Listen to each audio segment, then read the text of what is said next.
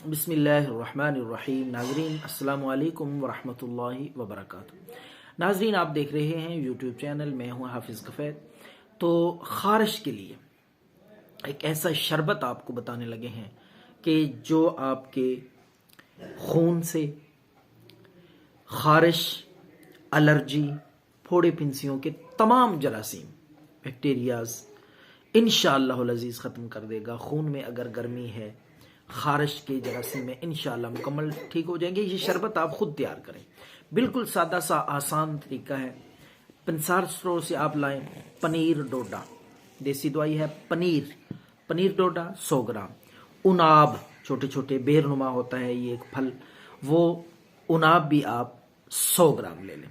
और एक जड़ी बूटी है धमासा, जिसको बोलते हैं धमासा, ये भी आप 100 ग्राम ले लें। और इसके साथ चौथी चीज वो है चरायता, ये भी 100 ग्राम। और हंजल, जिसको तुम्मा भी बोलते हैं, हंजल, वो भी आप ये 10 ग्राम लेना है। बाकी चीजें 100 ग्राम और ये 10 ग्राम। इन सारी चीजों को साफ कर लें, पहले धो लें, मट्टी घट्टा वगैरह उतर जाए। उसके बाद 3 किलो पानी लेना है आपने। 3 किलो पानी में ये रात को भिगो के तमाम चीजें रख दें। सुबह उठ के हल्की आंच पे इसको पकाना है। नरम आग रख के, हल्की आंच रख के इसको पकाते रहें।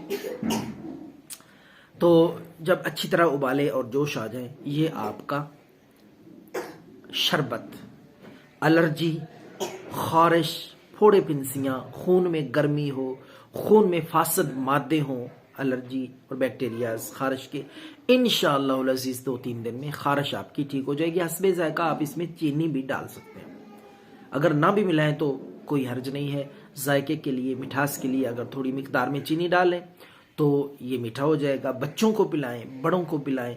2 चम्मच बड़ों के लिए और 1 चम्मच दिन में 2 मरतबा, सुबह और शाम। इंशाअल्लाहुल अज़ीज़ जड़ से ख़ारिश, एलर्जी, खुजली का खात्मा हो जाएगा। दुआओं में याद रखें।